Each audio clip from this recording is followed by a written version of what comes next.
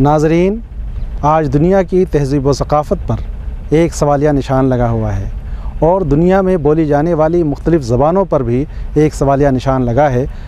कई रिपोर्टें ये कह रही हैं कि दुनिया से छोटी छोटी ज़बानें ख़त्म होती जा रही हैं। आज हम हिंदुस्तान के हवाले से उस ज़बान की बात करेंगे जो हिंदुस्तान में मुश्तरका तहज़ीब व सक़ाफ़त की बड़ी अलामत है, और वो ज़बान है उर्दू।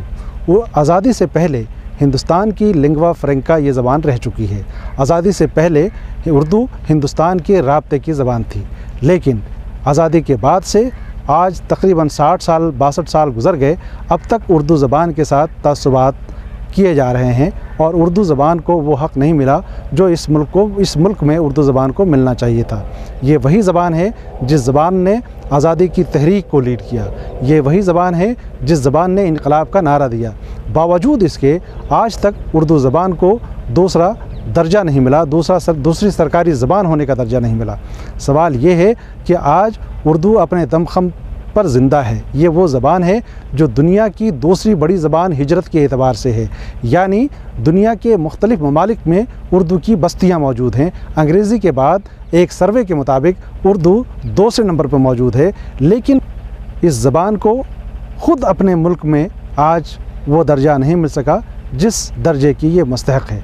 हुकूमत हिंद से बारहा मुख्तलिफ़ तंजीमों ने कई तरह से एहतजाज किया, तहरीकें चलाईं, डिमांड्स रखे, लेकिन आज तक हुकूमत हिंद के कानों पे जूं ही नहीं रेंग रही है। हिंदुस्तान में कहने को कई सूबे ऐसे हैं जहां उन सूबों में उर्दू को दूसरी सरकारी ज़बान होने का दर्जा हासिल है, लेकिन हिंदुस्तान की आइन में और हिंदुस्तान ने जो मुख्तलिफ़ ज़बानों की दर्जाबंदी की है, वहाँ उर्दू को इलाक़ाई ज़बान का दर्जा दिया है।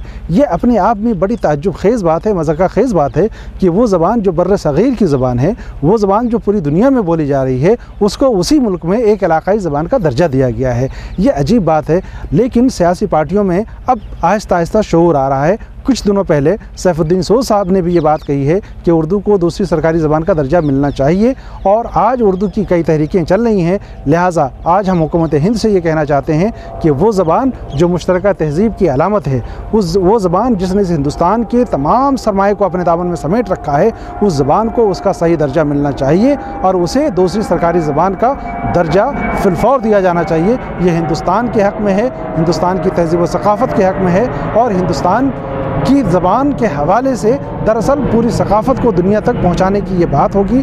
लिहाजा अगर हुकूमत इस समत में कोई कदम उठाती है तो यकीनन हुकूमत दरअसल उर्दू के साथ इंसाफ़ नहीं करेगी, बल्कि अपनी तहज़ीब व सक़ाफ़त के साथ इंसाफ़ करेगी, मुश्तरका तहज़ीब के साथ इंसाफ़ करेगी।